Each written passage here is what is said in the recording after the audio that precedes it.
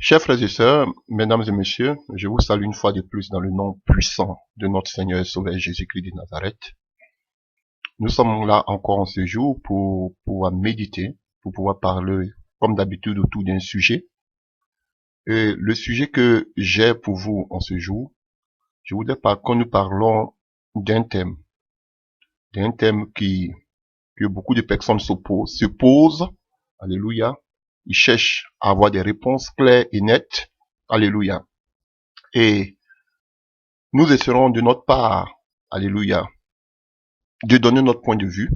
Chacun est libre, chacun peut prier le Seigneur pour que le Seigneur le convainque de ses convictions. Alléluia. Mais nous essaierons de parler de ce que le Seigneur nous met à cœur. Vous n'êtes pas obligé de prendre ou d'accepter notre, alléluia, point de vue. Alléluia. Et ce jour, nous voulons parler du chrétien et de la politique. Du chrétien et de la politique, frère. Vous remarquez comme moi que nous vivons des moments difficiles et la Bible dit que nous vivons les derniers temps et nous voyons un bouleversement au niveau des gouvernements mondiaux. Et nous savons que le gouvernement mondial commence à se mettre en place, alléluia. Et nous voyons que toutes ces structures de ce monde aujourd'hui qui nous gouvernent, alléluia, sont des structures vraiment qui ne sont pas basé sur la parole de Dieu, sur la Bible. Et du coup, on se pose la question, est-ce qu'un chrétien doit faire de la politique? Est-ce qu'un chrétien doit avoir ou peut avoir un parti politique? Est-ce qu'un chrétien peut avoir une carte de membre d'un parti politique? Alléluia. Puisque vous avez des cartes de membres aussi de vos congrégations. Alléluia. Ce qui aussi n'est pas biblique. Est-ce qu'un chrétien peut voter? Alléluia. Puisque c'est un devoir civique du moins, pardon. Est-ce que un chrétien peut avoir une priorité pour un candidat? Alléluia. Que ce soit la présidentielle, à la législative ou qu'on appelle aux élections communales. Alléluia. Est-ce que un chrétien peut avoir un candidat préféré pour qui il peut militer? Est-ce biblique? Alléluia. C'est tout ça que nous allons essayer de décortiquer par la grâce de Dieu avec la parole de Dieu. Voir quelle est notre identité. Voir est-ce que nous avons l'opportunité ou le droit, alléluia, de faire la politique, alléluia. Est-ce que un chrétien ou un chrétien ou un pasteur peut vouloir briguer et qu'on appelle un poste présidentiel ou ministériel, alléluia. Et c'est de tout ça que nous allons parler. Et Dieu voulant, nous parlerons aussi, nous ferons l'enseignement sur les temps dans lesquels nous sommes, alléluia. Il faut que je le fasse. Jusqu'à là, je ne l'ai pas encore fait. Alléluia. Mais avant tout cela, vous savez que nous vivons des moments vraiment controversés de l'histoire. On ne sait plus vers quel saint se vouer. Alléluia. Et vraiment, quand nous voyons tout ce qui se passe aujourd'hui dans les pays dits occidentaux, alléluia, on voit vraiment qu'il y a un bouleversement total. Alléluia. Et je pourrais simplement parler de un exemple parmi tant d'autres qu'on voit déjà dans les primaires au niveau, alléluia, ne serait-ce que seulement qu'en France, par exemple, hein, on peut prendre cet exemple, on voit que dans les primaires de la droite, du parti de la droite, alléluia, on voit déjà que, vous allez voir que François Fillon, alléluia, qui a gagné, alléluia, qui est le candidat de la droite, et il n'était pas favori devant Sarkozy et devant, comme on appelle, les Mélenchon, que ce soit Mélenchon ou Alain Juppé, mais on a vu que il venait en troisième position, mais on a vu que c'est Fillon qui a gagné. Et il en est de même aussi dans le Parti socialiste. Alléluia. Que vous voyez aussi dans le Parti socialiste, hein. On voit que Manuel Valls, le premier président et le premier ministre du président actuel, alléluia, et François Hollande, alléluia, et on lui donne, il était favori. Mais on voit qu'à la dernière minute, c'est monsieur Benoît Hamon, alléluia, qui est passé.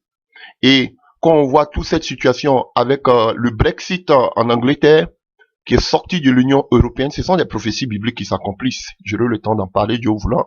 Vous voyez. Donc, on voit avec le Brexit en Angleterre, le vote pour tous ceux qui ont voté pour la sortie de la Grande-Bretagne, qu'on appelle de l'Angleterre, alléluia, qu'on appelle de l'Union européenne. Et tout ça, ça crée vraiment, ça met la peur, ça crée la psychose. On s'est dit du moins où va ce monde, alléluia. Mais ce sont des signes qui ont été déjà annoncés d'avance, alléluia. Et quand vous voyez par exemple comme ça, avec la victoire de Trump, Donald Trump, alors que on ne l'attendait même pas à ce niveau, tous ces faux prophètes, tous ces soi-disant faux serviteurs de Dieu qui avaient prophétisé, alléluia, qui avaient prophétisé la victoire d'Hillary Clinton, c'est pas la première fois, vous voyez. Et on se pose du coup, est-ce qu'un enfant de Dieu, vous voyez tous ces prophètes, alors que la Bible nous dit que quand un prophète, il aurait un prophète comme Dieu dit à Moïse, tout ce que je lui dirai doit s'accomplir. Donc qu'est-ce qu'ils me diront? Ils ont prophétisé par la chair, ou bien ce sont des faux prophètes? Alléluia. Tous ces soi-disant prophètes qui se sont alliés à Hillary Clinton, et j'ai mal au cœur parce que c'est une qui fait partie des œuvres de la franc-maçonnerie mondiale, je n'arrive pas à comprendre qu'un prophète qui dit qu'il vient de Dieu puisse parler de l'électorat de cette femme, sachant que même c'est une mystique. Mais personne n'en parle, mais ils parlent tous de la victoire de cette dame. Alléluia. Ce sont les patrons de la franc-maçonnerie. Alléluia. Donc du coup, est-ce qu'un enfant de Dieu peut faire la politique? Où va ce monde? Et asseyez-vous très bien, parce que voici les signes qui sont en train de s'accomplir. On voit toute cette violence qui commence à se lever. On voit toutes ces manifestations qui commencent. Alléluia. On voit déjà Donald Trump qui arrive, qui met une clôture entre le Mexique et les États-Unis pour empêcher l'immigration. Il abolit la loi que Obama, vous voyez que Obama avait voté, alléluia, concernant l'homosexualité et aussi, comme on appelle, qu'on appelle abortion, comment on dit, abortion, et qu'on appelle le curettage, l'avortement. Vous voyez, il a annulé cette loi dès qu'il vient. Du coup, tous ceux, parce que vous avez me dit que en tant que chrétien, ces lois pour permettre l'homosexualité, ces lois qui permettaient, qu'on appelle l'avortement, le curettage, sont des lois anti-bibliques. Mais je me souviens que combien d'années auparavant, quand Obama a été élu comme président, on dit le premier président africain, le premier président noir, tout le monde se criait, tout le monde criait, oh oui, voici le changement, ce qui avait prédit, comment ça s'appelle, Martin Luther King, I have a dream. Tout le monde en a parlé, mais c'était une très grande désillusion de voir que ce président noir a été le premier qui a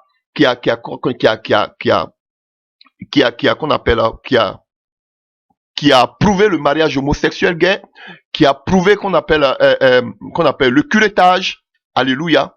Et ce sont des lois que sont venues abolir Trump. Je ne suis pas dans la politique, mais je veux faire un tour d'ensemble pour que vous voyez ce qui se passe. Alléluia. Et combien de fois vous avez mis vos confiances en ces soi-disant présidents qui viennent et à la fin, vous êtes confus, déçus. Pareil pour Hollande. Lorsque Hollande venait, on dit qu'il était socialiste. Oh, Hollande, Sarkozy était un dictateur. Sarkozy était ceci, Sarkozy était cela. On préférait Hollande. Mais Hollande est venu au pouvoir. Quelle était votre désillusion? Pareil, frère, vous ne pouvez pas changer ce monde. Alléluia. Prophète, vous qui êtes les conseillers de soi-disant présidents de ce monde, voulant changer ce monde, vous ne pouvez pas changer les prophéties bibliques. Alléluia. Vous avez pensé que ces hommes-là pouvaient changer le monde entier. Vous connaissez mal la politique. Du coup, on se pose la question, est-ce qu'un chrétien peut faire la politique? Alléluia. Et asseyez-vous bien. N'oubliez pas que ce sera toute une, et qu'on appelle une coalition mondiale qui va se lever. Alléluia. Contre Israël. Même aujourd'hui, Israël qui est l'ami des États-Unis, ils seront lâchés par leurs alliés, les Américains. Et aujourd'hui, on voit que Trump commence à s'associer avec Poutine. Alors qu'on sait que Magog, qui détient actuellement la plus grande puissance nucléaire du monde. Ne l'oublions pas. Alléluia. Et on voit que à la lettre, hein, vous voyez que on dirait le temps de parler sur ça. Quel temps nous sommes? Je ferai un enseignement Dieu voulant. Alléluia. Et regardez ce qui commence à arriver. Déjà les Israélites, les rabbins, alléluia, et Benjamin Netanyahou, déjà ils ont commencé à signer une alliance avec déjà Donald Trump pour rebâtir le troisième temple. C'est déjà en cours. Peut-être vous ne l'avez pas encore écouté, vous ne l'avez pas encore entendu, mais déjà c'est déjà en cours. Pour que Donald Trump les aide à reconstruire le troisième temple qui était détruit par Titus en l'an 70. Frère, donc vous voyez que le monde va d'un chaos, d'une dérive. Et du coup, on se pose la question, est-ce qu'un enfant de Dieu peut aussi pratiquer la politique pour changer le cours des événements? Frère, vous ne pourrez, malgré vos bonnes initiatives, malgré votre bonne conscience, malgré comment je pourrais dire, tout ce que vous avez au-dedans du cœur pour pouvoir parfaire ce monde, vous n'arriverez jamais. Parce que ce qui est sorti de la bouche de Dieu, alléluia, il va jamais contre sa parole, elle s'accomplira à la lettre. Alléluia. Même si aujourd'hui Donald Trump qui est arrivé commence à abolir la loi et abolir qu'on appelle commence à abolir et qu'on appelle le curettage, à abolir et qu'on appelle le mariage gay, frère, ne le prenez pas comme un saint. Voici un franc-maçon aussi qui est là. Du coup, frère, est-ce qu'un véritable chrétien peut être un président de république? Regardez. Donnez-moi le nom d'un seul président dans ce monde. Alléluia. Qui vit une vie chrétienne à 100%. Alléluia. Donc, vous ne verrez jamais un président qui dit qu'il est chrétien 100%, qui marche selon la parole de Dieu, qui peut exercer comme un véritable président dans ce monde. Ce n'est pas possible. Ce n'est pas possible. Parce que la politique, alléluia, c'est la corruption. Parce que la politique, être président des républiques, alléluia, c'est faire beaucoup de concessions. Il y a le mensonge, il y a les œuvres occultes, alléluia. Vous voyez, on ne parle même pas des grands pays qui dominent, qu'on appelle, et je ne veux même pas parler de la Franc-Afrique, mais de ces grandes puissances qui dominent ces petites puissances mondiales. Alléluia. Donc, un président déjà qui dit qu'il est chrétien, ce sera vraiment difficile. Alléluia. Et on fait beaucoup l'amalgame quand on prend l'exemple d'Israël. Israël est un pays théocratique. Alléluia. Toute la constitution, toute la loi qui régissait, alléluia, qu'on appelle du peuple d'Israël, les mœurs, tout a été écrit par Dieu. Alléluia. C'était Dieu qui était le roi, le Seigneur, le Dieu, le président de ce pays. Alléluia. À l'époque, tout a été rédigé par Dieu. Vous le savez. Alléluia. Donc, aujourd'hui, de nos jours, vous allez voir presque, à part les pays islamiques. Alléluia. À part les pays islamiques qui se revendiquent être islamiques, tels que l'Iran, l'Arabie Saoudite et consorts, frère, automatiquement, ils tirent la constitution du Coran. Alléluia. Mais je n'ai pas vu un pays au monde qui se revendique être, à part Israël, être purement chrétien à 100% et qui tire toute sa constitution de la Bible. Je ne vois pas. Généralement, tous les pays que vous allez voir, ils vont vous parler que ce sont des pays laïques. Qui parlent de laïcité, acceptent toutes les différentes religions sur son territoire. Donc, imaginez un peu qu'un homme qui se dit président étant chrétien, alléluia, il n'est pas seulement le président des chrétiens, mais il est aussi le président des musulmans. Je parle des pays laïcs. Il est aussi le président des bouddhistes. Il est aussi le président des francs-maçons, des réseaux chrétiens. Et du coup, il doit voter une loi, alléluia, qui sied à tout le monde, sans parti pris. Et voilà déjà un couteau à la gorge. Alléluia. Alors que déjà en Israël, Dieu avait établi la loi, même si il y avait des brebis galeuses qui adoraient en cachette des idoles. Mais c'était passif de mort, tel qu'on a vu avec le temps de Saül. Alléluia. Avec le temps de Saül, on a vu que Saül il cherchait à tuer tous ceux qui faisaient la divination.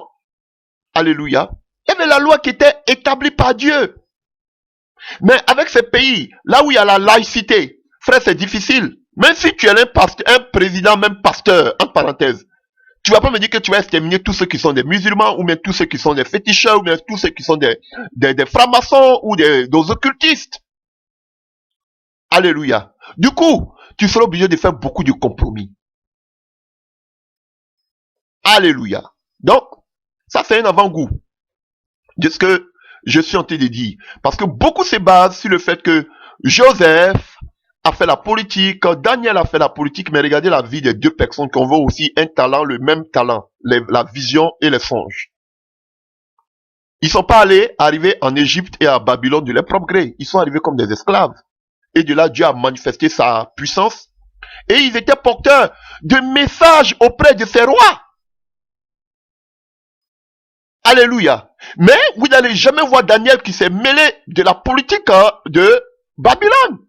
Il venait quand Dieu lui donnait un message.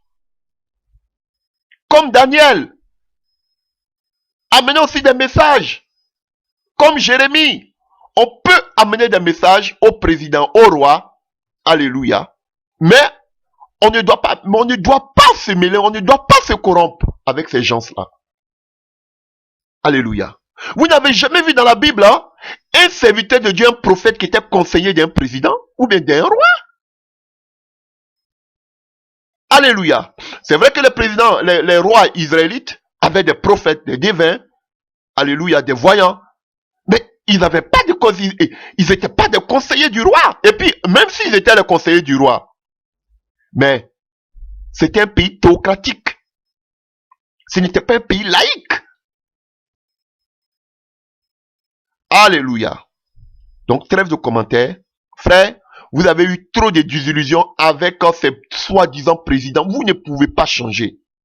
Vous allez les voir, quand ils sont en train de faire leur campagne politique, il y a de belles paroles qu'ils ne respectent jamais. Parce que lorsque tu es sur qu'on appelle l'estrade en train de parler, mais une fois que tu arrives sur le tapis rouge de la présidence, ça devient notre discours. Alléluia.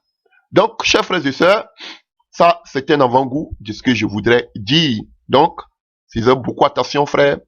Il n'y a pas de bon président dans ce monde. Il n'y a pas. Même ceux qui aspirent, comme ils se disent, des pasteurs, des chrétiens, des hommes, et ils sont bien, qui aspirent à qu'on appelle, à qu'on appelle des postes présidentiels ou, je sais pas, à des postes de députés et consorts. Frère, lorsqu'ils seront là, le langage va changer. La parole de Dieu ne se contredit pas. Les gens ont voulu faire de Jésus aussi un roi, un président. Donc, nous allons voir déjà comment Jésus s'est comporté face à cette populace qui voulait le pousser au règne. On voit que Jean-Baptiste voulait pousser Jésus-Christ à régner, alors que le temps n'est même pas encore arrivé. Même les disciples. Alléluia. Est-ce que vous arrivez à comprendre? Donc, nous allons voir quelques exemples. Et le premier exemple que je voudrais tirer, c'est dans le livre de... Alléluia. Prenons d'abord le livre de Matthieu 11. Matthieu 11, à partir du verset 1. Matthieu 11, on va voir ça rapidement.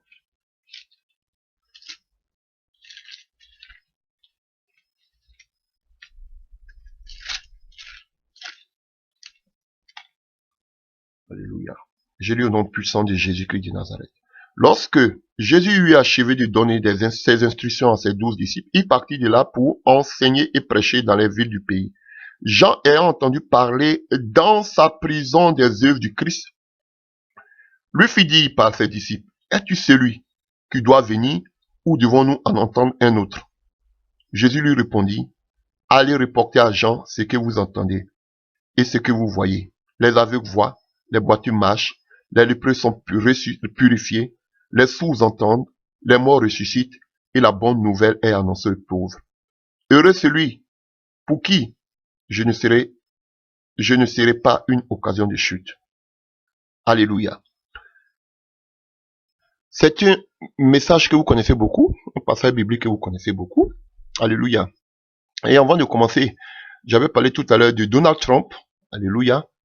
Ce que je voudrais ajouter aussi, alléluia, tout se met déjà en place. Et nous dirons à la fin, le Messie n'est pas loin, il est à la porte. Notre Seigneur revient bientôt pour nous emmener à la maison.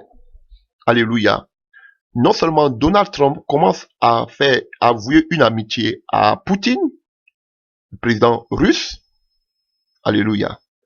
Et alors que nous savons que Poutine est plus de mèche avec les pays, alléluia, dits islamiques, alléluia.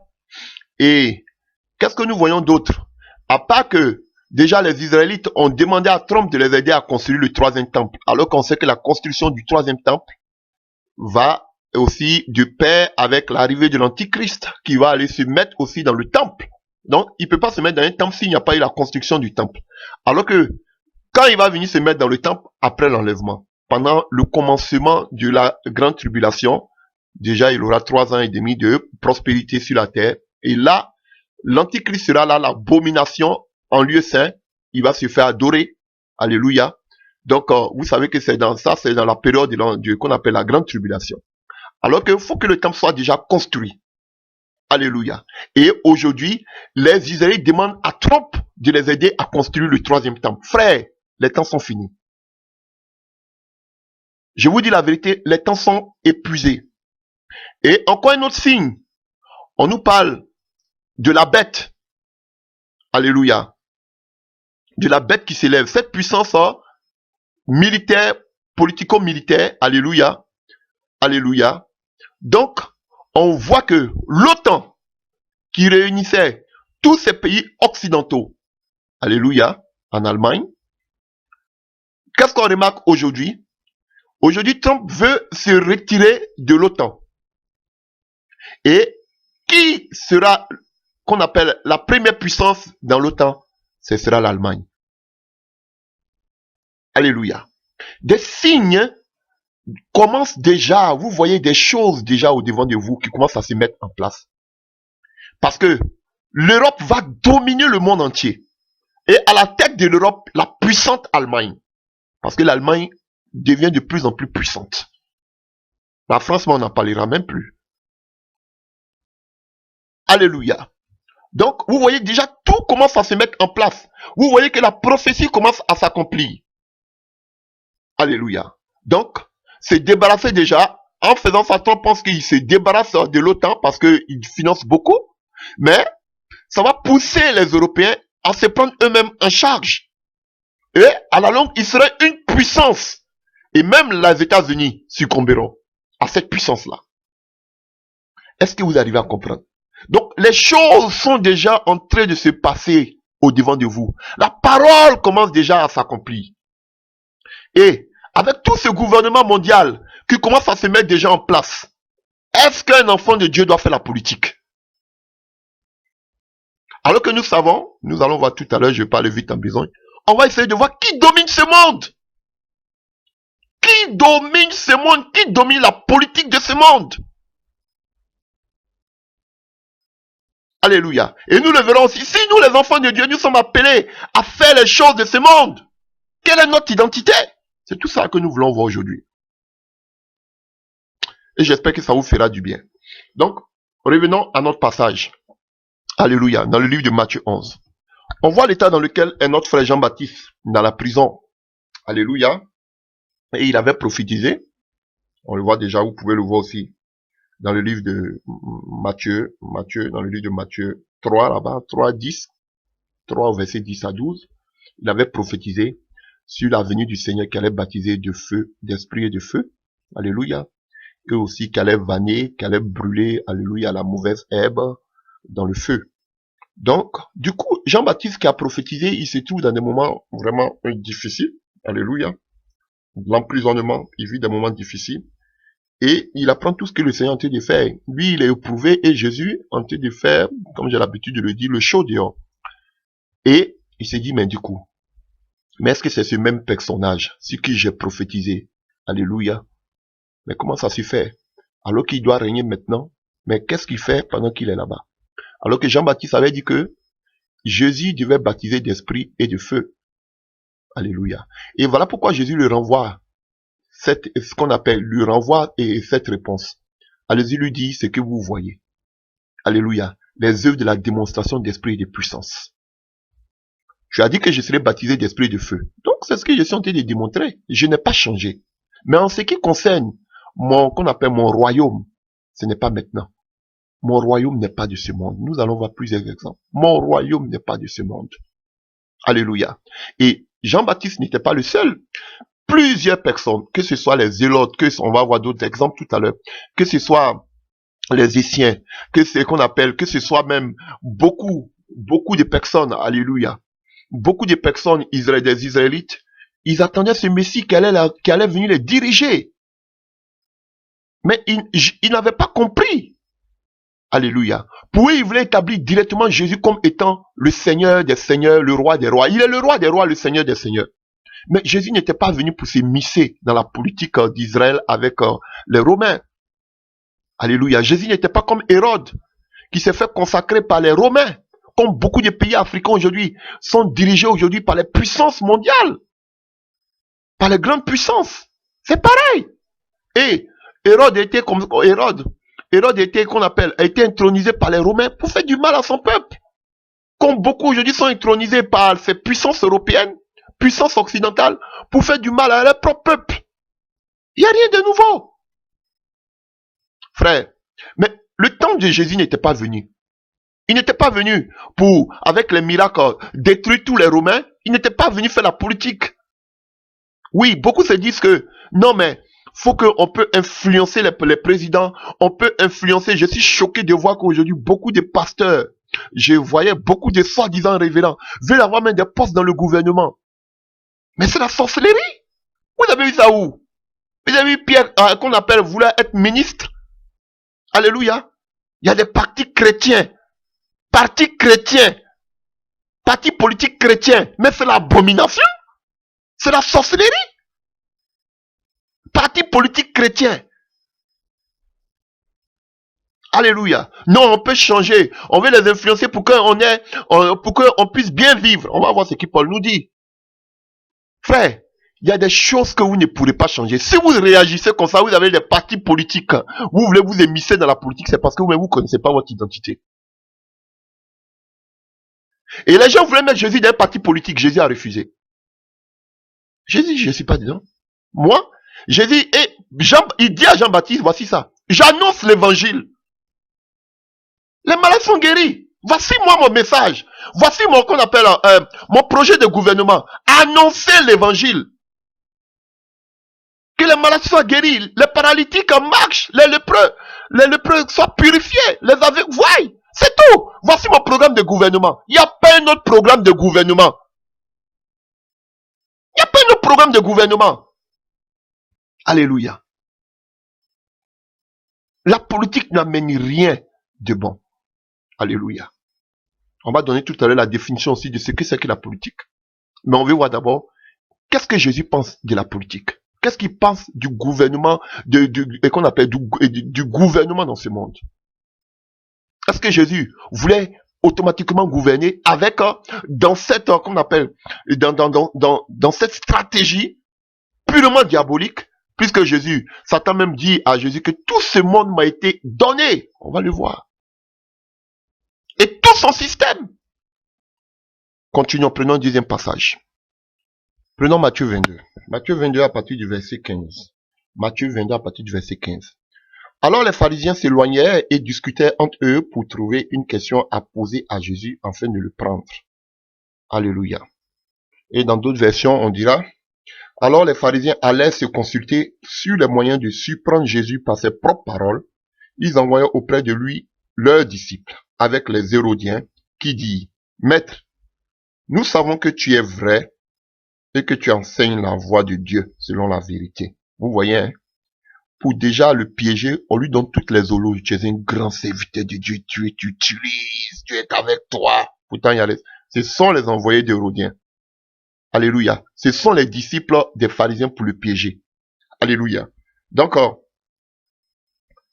sans t'inquiéter de personne, car tu ne regardes pas l'apparence des hommes, dis-nous donc ce qu'il t'ensemble. Est-il permis ou non de payer le tribut à César? Jésus, connaissant leur méchanceté, répondit, pourquoi me tentez-vous, hypocrite? Montrez-moi la monnaie avec laquelle on paye le tribut. Et il demanda, de qui sont cette effigie et cette inscription?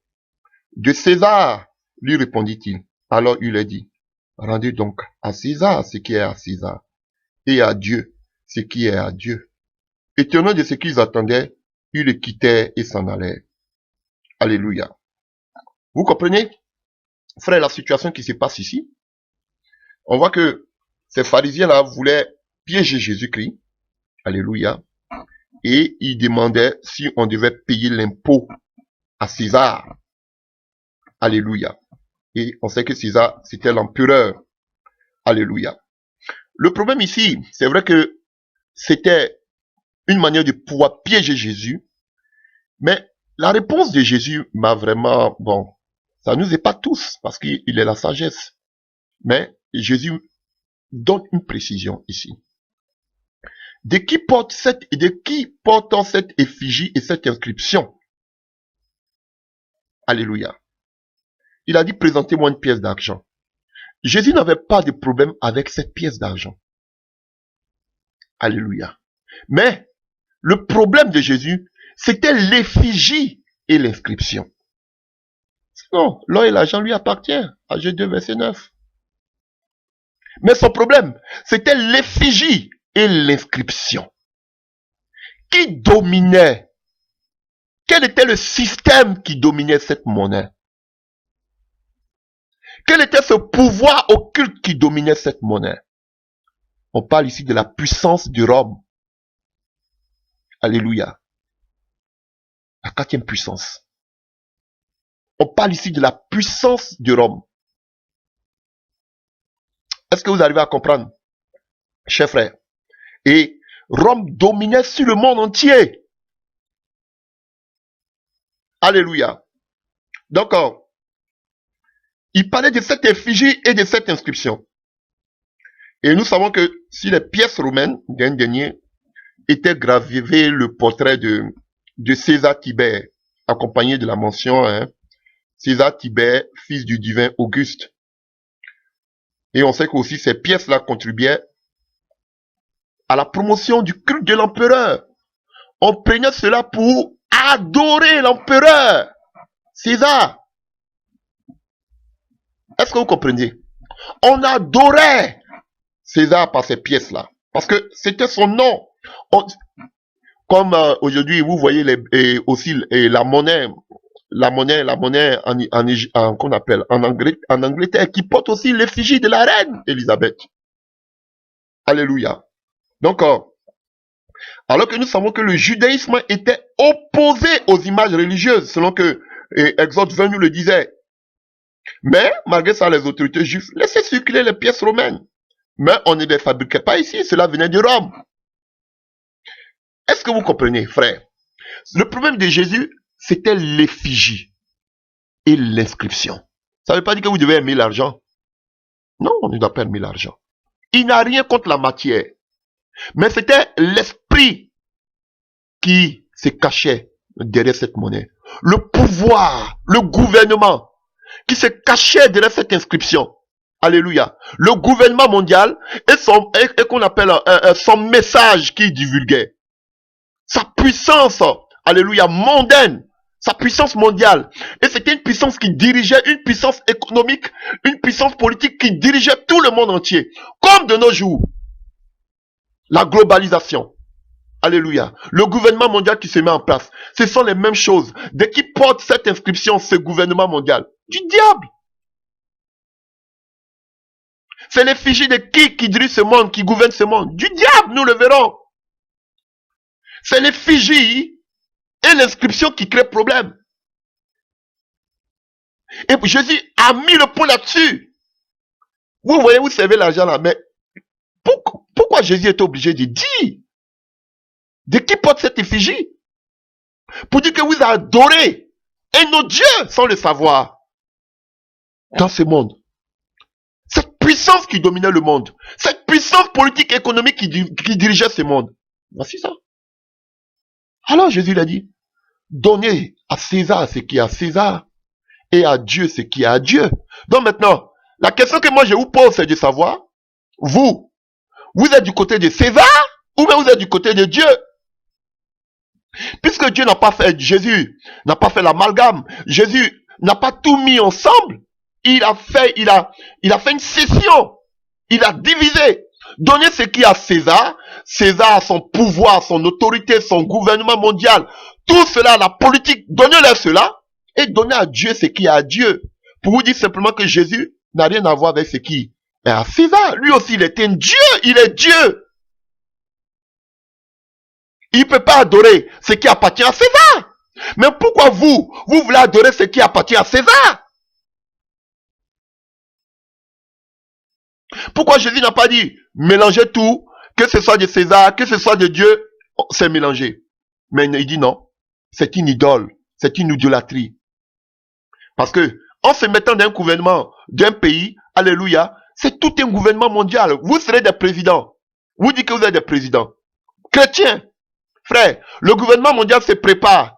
L'unicité de tous ces pays, vous allez accéder ou pas? Dites-moi en tant que chrétien. Pourtant, vous savez que déjà, il y aurait un gouvernement mondial.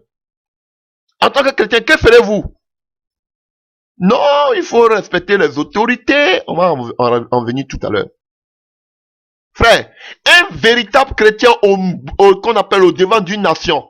Frère, si tu ne veux pas collaborer avec ces grandes puissances, dominé, dirigé par l'ennemi, par le diable, frère, on va te tuer, ou bien on va t'amener en déportation, ou bien on va t'amener en exil, ou bien on va t'amener en prison. C'est clair, simple. Parce que ce monde, on va le voir, est dominé par le diable. Alléluia. Donnez à César ce qui est à César et à Dieu, ce qui lui est dû. Pourquoi vous voulez mélanger ce qui est à Dieu et à César ensemble? Ça ne passe pas, frère. C'est pas vous qui allez changer le monde. C'est pas vous qui allez améliorer le monde. Les choses sont déjà écrites. Elles s'accompliront. Alléluia. Donc vous qui êtes les conseillers de soi-disant, les faux prophètes et conseillers des présidents là. Ces présidents-là, ils vous dirigent. Regardez tous ces présidents qui soi-disant chrétiens. Ils ont tous touché le sang. Ils ont tous tué. Et c'est parce que David avait tué que Jésus même, que Dieu a refusé que David lui construise un temple. Parce que c'était l'homme selon son cœur, selon l'acte des apôtres, mais il avait les mains remplies de sang. C'est pour la seule raison que Dieu lui a dit, non, je ne veux pas que tu me construises un temple. Parce que je suis trop saint. Mais ces soi-disant chrétiens, aujourd'hui qui sont à la tête de soi des présidents, je ne vois même pas des présidents chrétiens. Parce qu'ils sont tous corrompus, ils sont tous dans l'adultère, alléluia. Et quoi encore? Quoi d'autre? Alléluia, ils sont tous des criminels. Parce que si tu vois ton pays être attaqué, tu vas te défendre, tu vas tuer, tu vas donner des ordres. C'est ça le monde. Alléluia. Ne vous comparez même pas à Israël. Israël est un pays théocratique dirigé par Dieu, qui était dirigé par Dieu à l'époque. Donc ne prenez même pas l'exemple, ne prenez pas ce qui est incomparable pour faire le comparable, s'il vous plaît. Alléluia. Prenons le livre de Jean. Jean 18.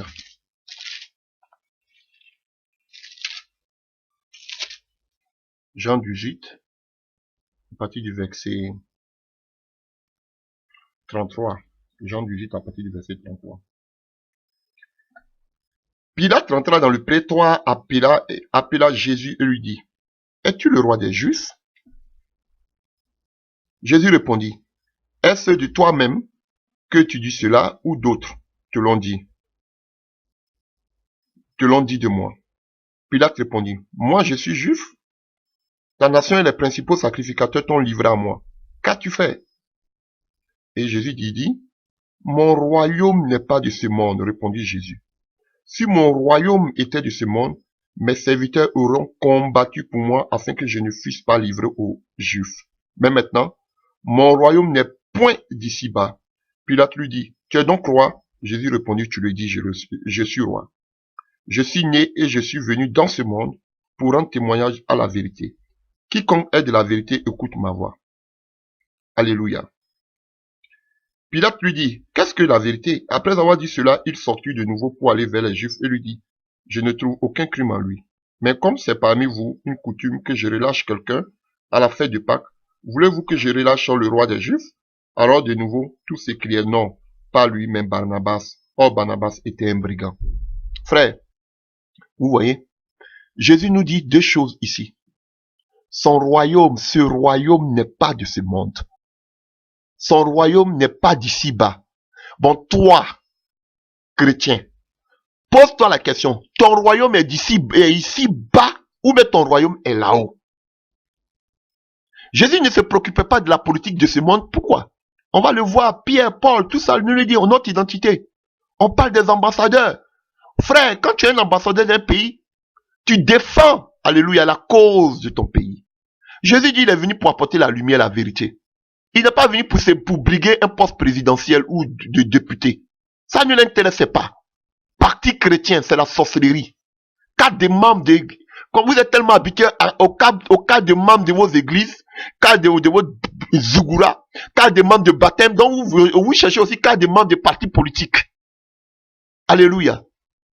Ne vous trompez jamais, même un jour, même vous pouvez me dire, pardon, on veut que tu viennes, tu vas, je vais vous lapider.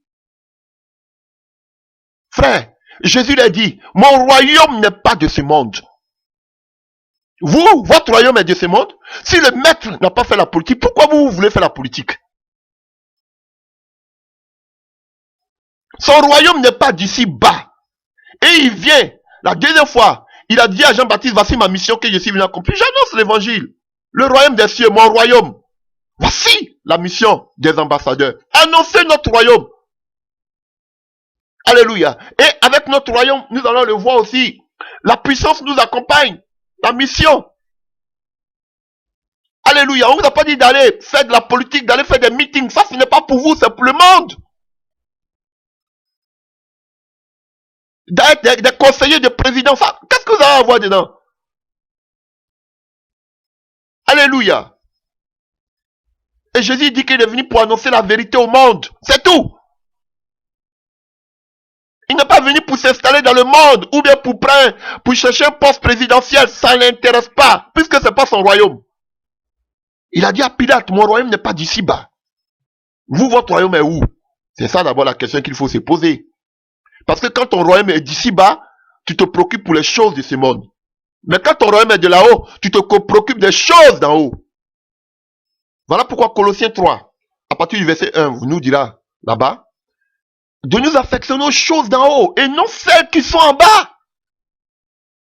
Ils ne sont pas d'ici. Alléluia. Donc, c'est quelques exemples que je viens de mentionner pour parler de ce que Jésus pensait. Il ne voulait pas se mélanger du système politico-militaire, de la politique de César, ça ne l'intéressait pas. L'effigie, c'était le culte, l'adoration du roi, du royaume romain, qui était puissante à cette époque. Alléluia. Et de son message qu'elle véhiculait, un message babylonien qui dirigeait ce monde. Il n'a rien à faire dans ce gouvernement. Alléluia. Et tout ce système mondial, l'écuménisme, le gouvernement mondial qui se met en place, tous ces genres de choses sont dirigés par l'ennemi. Vous allez faire quoi dedans? Vous allez faire quoi dedans? Tous ceux qui parlent de politique et comme ça, vous allez voir que ce sont des gens, ils sont des francs-maçons. Ce sont des gens qui touchent aux œuvres occultes, que ce soit Tai Chi, que ce soit Kundalini, toutes ces puissances occultes-là. Alléluia. C'est eux qui parlent de la prospérité. Pourquoi? Parce qu'ils ne sont pas d'en haut, ils sont de la terre. Vous soutenez des présidents qui tuent, qui sont des assassins.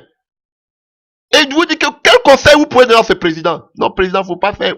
Est-ce que vous avez le courage de lui dire cela?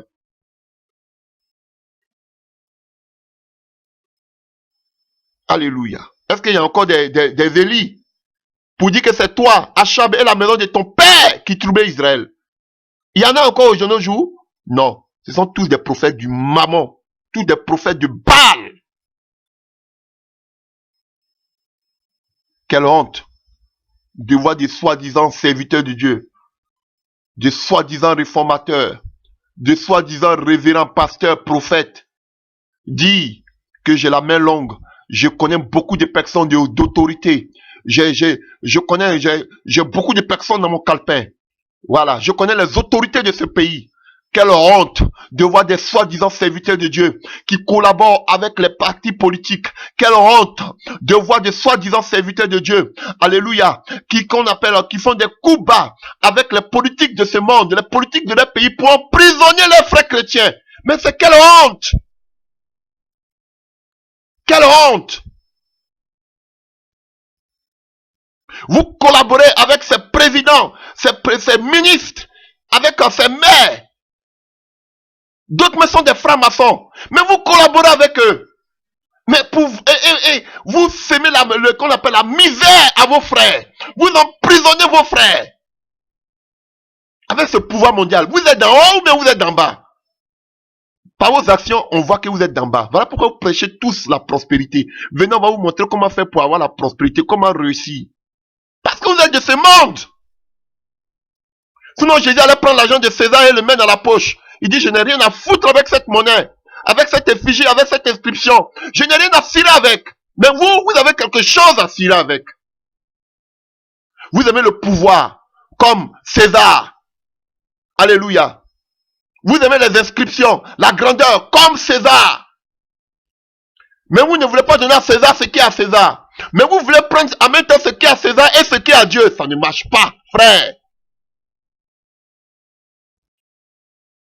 Je suis ami à telle famille, à telle famille, à telle famille politique. Je suis ami à tel homme politique. Je suis ami à telle femme politique. Frère, je m'en fous. Moi, je suis ami au Saint-Esprit. Ça me suffit largement. Quelle honte! Vous invitez même des gens qui sont des francs-maçons. Vous invitez des gens qui sont des mystiques dans vos assemblées. Ah, quel mélange, frère! Il faut respecter les autorités. On arrive. Alléluia.